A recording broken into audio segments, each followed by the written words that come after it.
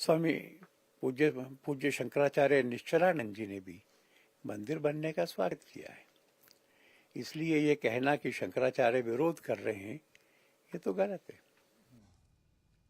चालो कुमार कह रहे हैं शंकराचार्यों के विरोध जैसी कोई बात नहीं, और जो उन्होंने कि किसको बुलाया किसको नहीं बुलाया, इस पर भी उन्होंने अपना स्पष्टीकरण दिए थे। क्योंकि बहुत से लोग, मैं ये भी देख रहा हूं कि जो आप कह सकते हैं कि आरएसएस समर्थक लोग हैं, उनका ये भी कहना है कि भाई क्यों जैसे आपने लालू यादव को क्यों बुलाने की बातें जो है वो चल रही हैं, या अखिलेश यादव को बुलाने की बातें हो ही क्यों रही हैं, उनको नहीं आना ये भी हम जानते हैं। कांग्रेस पार्टी को क्यों बुलाया आपको, जब पता था कि ऐसा कुछ रुख कांग्रेस पार्टी रखेगी? तो उसका जवाब उन्होंने दिया। बिल्कुल, वीएचपी ने साफ कर दिया। देखिए, ये है भी ऐसा ही, ये कोई राजनीति के लिए राम मंदिर का आंदोलन हुआ ऐसा भी नहीं था।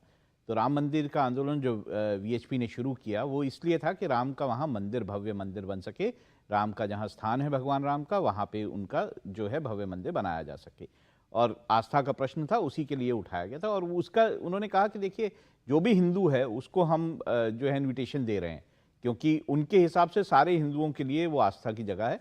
अब उन्होंने साफ किया, जिसको आना है वो आए, जिसको नहीं आना वो ना आए। तो इसमें उनकी तरफ से कोई भेदभाव नहीं किया गया। अब राजनीति के तौर पर कोई नेता आए या ना आए, ये उनकी इच्छा है।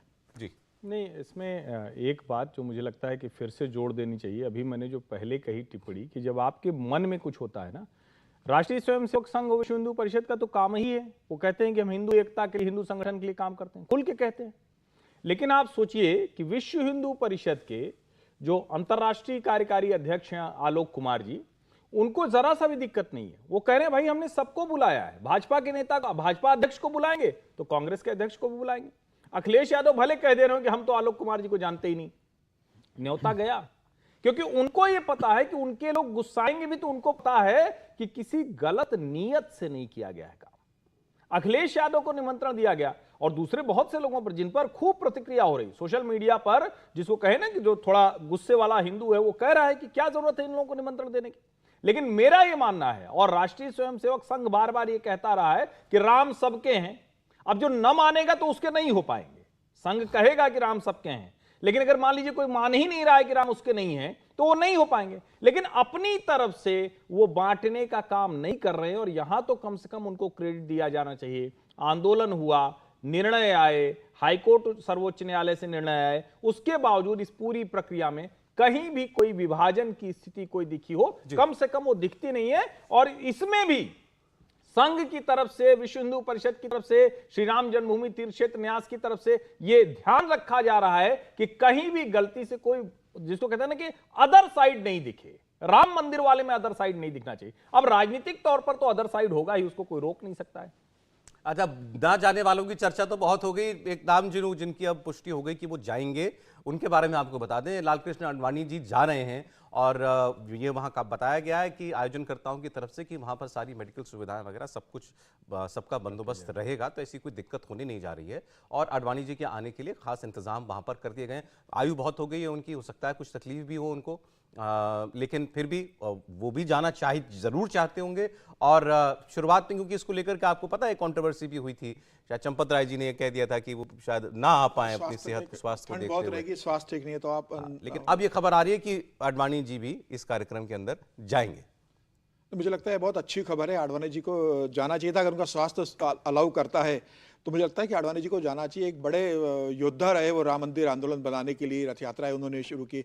भारतीय जनता पार्टी का एजेंडा 1980 की जब भारतीय जनता पार्टी बनी तो उसके घोषणा पत्र में शामिल होगा, ये आडवाणी जी का ही प्रस्ताव था कि राम मंदिर को हम लेके आएंगे। उसमें अटल जी बहुत सहमत नहीं थे, लेकिन राम मंदिर को लेके भारतीय जनता पार्टी का जो रुख रहा है शुरुआत से, उसमें आडवाणी जी की बड़ी भूमिका रही है। और लगातार उस पर टिके रहना, भारतीय जनता पार्टी को उसे मजबूत करना और कैसे रथ यात्रा करना, मुझे लगता है आडवाणी का एक बड़ा योगदान रहा है। तो निश्चित से अच्छी खबर है कि आडवाणी जी जा रहे हैं। कांग्रेस पार्टी के बहुत से नेता कह रहे थे ना कि अच्छा मोदी जी जा रहे हैं तो मेरा मतलब आडवाणी जी नहीं जाएंगे। इसमें भी कांग्रेस अपनी राजनीति देख रही थी। उन्हें लग रहा था कि आडवाणी जी नहीं जाएंगे तो हमें एक मौका मिलेगा बताने लगे कि मोदी जी ने आडवाणी जी को आने से रोका, और कहा हुआ कि आडवाणी जी वहां किसी तरीके से ना पहुंचे।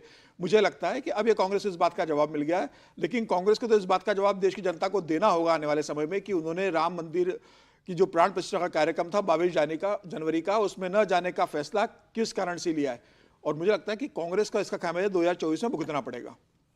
ये सवाल अब मुझे वैसे इंटरेस्टिंग होगा अगर ये कभी राहुल गांधी के सामने ये प्रश्न आए तो। अब क्योंकि अपनी यात्रा पर निकल रहे हैं तो वहां पर वो तो मीडिया से बातचीत करते रहते हैं, ये फैसले, इस पर राहुल गांधी की टिप्पणी जानना वो बड़ा रोचक रहेगा।